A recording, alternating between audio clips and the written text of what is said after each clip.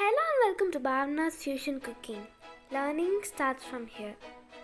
இன்னைக்கு நம்ம ட்ரெடிஷ்னல் டேங்கி மீன் குழம்பு வைக்க போகிறோம். மீன் குழம்பு பார்த்தாலே எல்லாருக்குமே டெம்ப்டிங்காக இருக்கும்னு நினைக்கிறேன். வாங்க இதோட ரெசிபியை பார்க்கலாம். குக்கிங் வெசலில் 100 ml செசமி ஆயில், அதாவது நல்ல எண்ணெயை ஊற்றிக்கலாம்.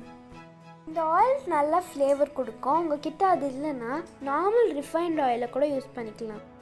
1 டீஸ்பூன் இதில் கடுகு ஆட் பண்ணிக்கலாம்.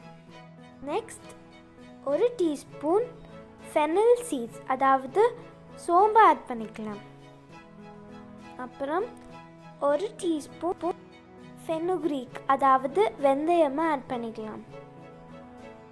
இதெல்லாம் பொரிஞ்ச அப்புறம் நம்ம 1 கைப்பிடி கருவேப்பிலையை ஆட் பண்ணிக்கலாம்.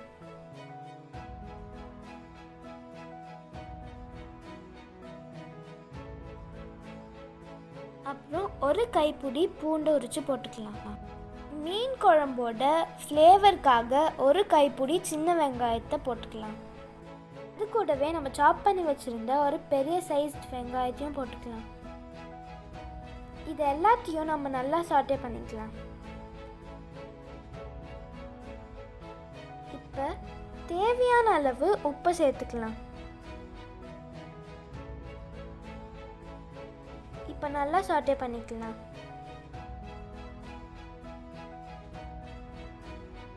வெங்காயத்தோட கலர் நல்லா கோல்டன் ப்ரௌன் ஆயிடுச்சு. இப்போ நம்ம கட் பண்ணி வச்சுருந்த 2 தக்காளியை இது கூட சேர்த்துக்கலாம்.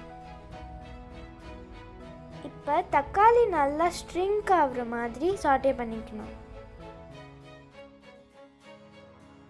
நல்லா சாட்டே பண்ணியாச்சு.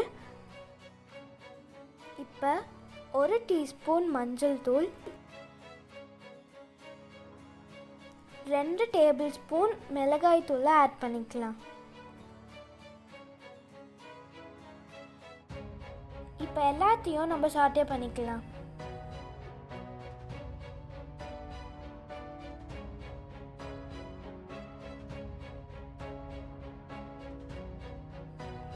நல்லா சாட்டே பண்ணிட்ட அப்புறம் நம்ம 1 கப் கரைச்சி வச்சுருந்த புளி தண்ணியை இது கூட சேர்த்துக்கலாம். இப்போ நம்ம 250 ml நார்மல் வாட்டரை இது கூட சேர்த்துக்கலாம். இதில் நம்மளுக்கு தேவையான சால்ட்டை ஆட் பண்ணிக்கலாம். நல்லா மிக்ஸ் பண்ணி விட்டுக்கலாம்.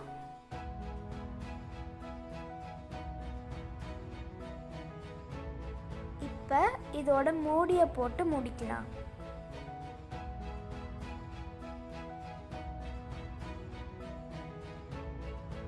இப்போ இதை ஒரு 10 minutes நல்லா பாயில் பண்ண விடலாம்.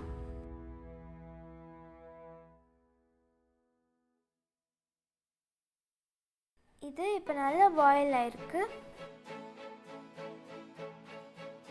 இந்த கிரேவி நல்லா திக்காக இருக்கணும். இப்போ நம்ம 1 டேபிள் ஸ்பூன் வறுத்த வெந்தய பவுடரை சேர்த்துக்கலாம். இதை நல்லா கலந்து விட்டுக்கலாம்.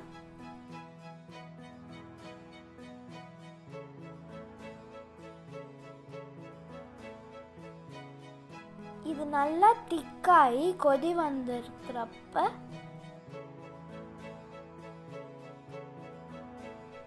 கொஞ்சம் நல்லா ஸ்டிர் கொடுத்துக்கலாம்.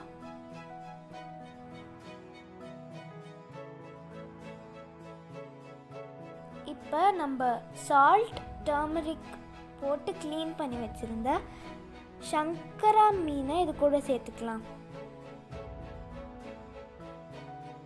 நாங்கள் 1 kg க்ளீன் பண்ணி வச்சுருந்த சங்கரா ஃபிஷ்ஷை இது கூட சேர்த்துக்கிறோம். நீங்கள் எந்த ஃபிஷ் வேணாலும் சேர்த்துக்கலாம்.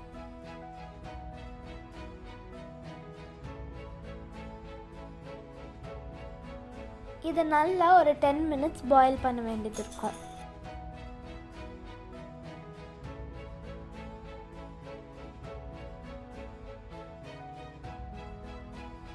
இப்போ 10 minutes ஆயிடுச்சு. இது இப்போ நல்லா பாயில் ஆயிருக்கும்னு நினைக்கிறேன்.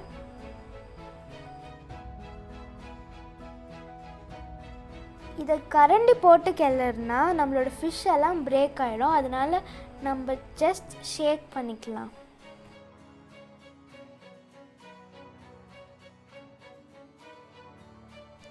இப்போ ஃபிஷ் எல்லாம் நல்லா பாயில் ஆகி நம்மளுக்கு ஒரு நல்ல அரோமா வரும். இதை சர்வ் பண்ணலாம். இப்போ நம்ம டேஸ்டியான தமிழ்நாடு ஸ்டைல் ஃபிஷ் கறி ரெடி ஆயிடுச்சு. இதை உங்கள் ஃபேமிலியோடு என்ஜாய் பண்ணுங்கள். ஆரோக்கியமாக சாப்பிடுவோம், ஆயுளை கூட்டுவோம்.